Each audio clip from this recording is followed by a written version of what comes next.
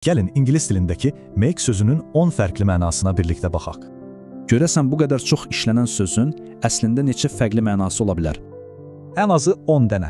Həm də gündəlik həyatda ən çox istifadə olunan mənalardır. Yaxşı, gəlin bu vacib mənaları bir-bir gözdən keçirək. Ən konkretindən başlayaq. Birinci kateqoriyamız nə isə yaratmaq və hazırlamaqla bağlıdır. Deməli, ilk və ən məşhur mənası yeni bir şey yaratmaq, düzəltməkdir. Məsələn, make a cake deyə bilərsiniz, yəni tort hazırlamaq və ya make a list.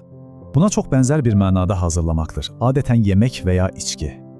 Məsələn, axşam yeməyi hazırlamaq, yəni make dinner ya da səhər kofe hazırlamaq. İndi isə keçək ikinci kateqoriyamıza. Fəaliyyət və qərarlarda make necə işlənir? Biz make sözünü həm də hər hansı bir seçim etməkdən, yəni qərar verməkdən danışanda işlədirik. Unutmayın, qərarı etmirik, qərarı veririk, yəni make a decision. Bu fe'l həmçinin səhv etmək və zəng etmək kimi xüsusi hərəkətlər üçün də istifadə olunur.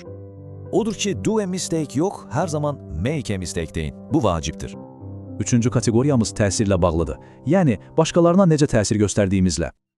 Baxın, make həm məcbur etmək, həm də kimdəsə bir his yaratmaq deməkdir.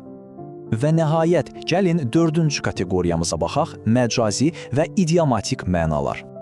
Ən maraqlısı da odur ki, bu məşhur ifadələrdə make tamamilə məcazi mənada işlənir. Yaxşı, indi sizin növbənizdir. Gəlin bu 4 əsas kateqoriyanı tez təkrarlayaq.